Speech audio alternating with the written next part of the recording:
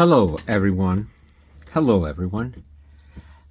Today we're going to dive into, once again, a Carl Gustav Jung active imagination drawing, where if you focus on the mind, it helps the mind to grow. Number two, create an artifact on paper. Number three, pay attention to your dreams. Number four, let the unconscious speak. And number five, analyze. Analyze by writing notes. I like to create an artifact on paper, a drawing, what I call a quantum drawing. I start with a very light gestural drawing, what we call a gestural drawing, and I'm basing it on the style and the vibe of Pablo Picasso and the artist Francis Bacon, the dynamics between the self-portrait and the model, or the model and Francis Bacon, and the portrait, where Bacon gets into this quantum loop deformation geometry in his artwork.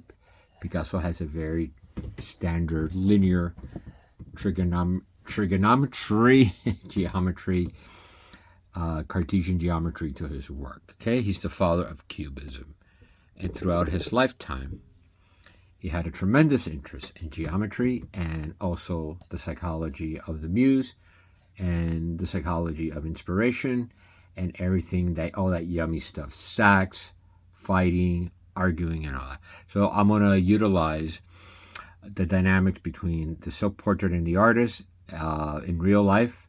Once you draw that, this was a situation I had with a partner, and there was no communication. There was a lot of cheating, hiding, lying, sneaking around, gaslighting, all that stuff that destroys a relationship. I'm definitely a talker. She was not. I definitely spoke my freaking sense to her throughout the years. And then I found out a tremendous betrayal, and it was very traumatic. But I do have to say that the way I handled it was very, I was able to diffuse my emotions and energy. I've been doing psychotherapy for 22 years. I do psychoanalysis in the New York area with a therapist, with a psychologist. And this is a drawing going back to February the 5th when the problem started, that I was trying to communicate with her. And this is a drawing I did for her.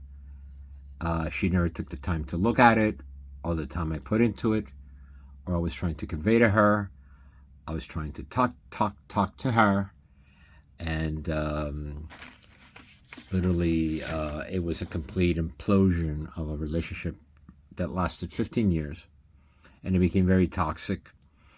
Kind of became silly in her part because she's an old gal, and she started going to happy hour with her friends, very silly, very immature. I just couldn't get to her anymore, and the relationship became very, very stupid and toxic, and then at the same time became very dangerous. I don't know who she was bringing into the relationship. Obviously, a lot of people came into the relationship and created this displacement. Relationships are what I have here as a balance. The only way to create a balance is almost by being like being a parent, where you have to create a communication with the child or with the lover and communicate and be able to create that balance, or else it's a nightmare. Then it could be explosive. And it could be highly dangerous, especially when people are dealing with other people, and it's a long-term relationship. There's history in the relationship. There's trust, and there's a lot of stuff. There's security. I had a lot of security that I depended on her. I depended on, I was going to dedicate my life to her. So there was a lot of security with a home, everything that goes into a home, the finances, and then there were people in the connection, in the home, in the consciousness. Let's put it this way. there was a lot of people in this area coming inside of her. All that energy goes, what I call the collective unconscious, the work the great genius Carl Gustav Jung did with Wolfgang Pauli, where all this energy is interconnected with consciousness. It's connected with subatomic particles. And it goes into this energy. Everything is entangled. Whatever is hidden in the dark will be exposed. She got exposed. She got found out about. Not good. Not good. Because she feels like shit. She is an asshole. Asshole with a very selfish behavior. For such an old gal. An old hardy. By the time she could be a grandmother. And she's still, what?